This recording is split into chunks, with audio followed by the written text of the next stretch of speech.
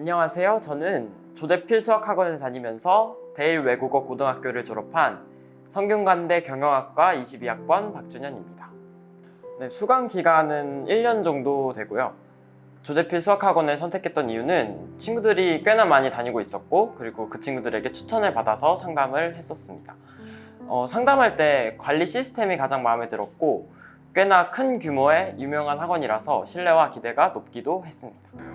네, 저는 독서실에서 주로 클리닉을 했고 질문을 하는데 자유롭다는 점이 독서실의 가장 큰 장점이라고 생각합니다.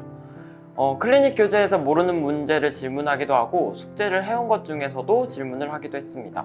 제가 생각하기에 수학에서는 질문하고 배우는 과정에서 가장 많이 실력이 는다고 생각을 하는데, 수업 중에 질문하지 못했거나 전후에 생기는 질문을 자유롭게 해결할 수 있다는 점이 가장 큰 장점이었던 것 같습니다.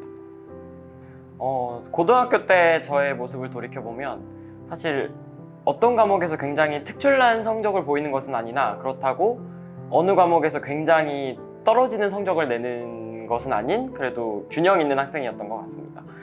사실 자신이 지망하는 과와 관련이 가장 큰 과목을 잘한다면 가장 베스트겠지만, 그것이 아닌 학생이라면 저처럼 어떤 과목에서 크게 펑크가 나지 않게끔 균형 있게 열심히 공부하는 것은 중요한 것 같습니다.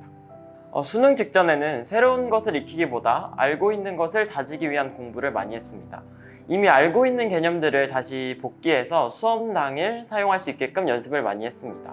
이에 가장 좋은 것이 오답 노트를 반복하거나 풀었던 문제를 다시 풀어보는 것이라고 생각합니다. 하지만 암기를 통해서 푸는 것이 절대 아니고 풀이의 흐름을 이해하면서 그 안의 개념이 왜 사용되는지에 대해 고민하면서 공부하는 것이 가장 중요한 것 같습니다. 네, 플래너를 공부하는 데 사용하는 것이 개인적으로는 공부를 더 많이 하게 되는 것 같습니다. 거기다가 타이머도 함께 사용한다면 더더욱 시너지를 낼 수 있는 것 같습니다. 머리로만 할 일을 생각하는 것보다 써두고 확인하면서 하나씩 채워가는 것이 좀 더 많은 공부를 하는 데 도움이 됩니다.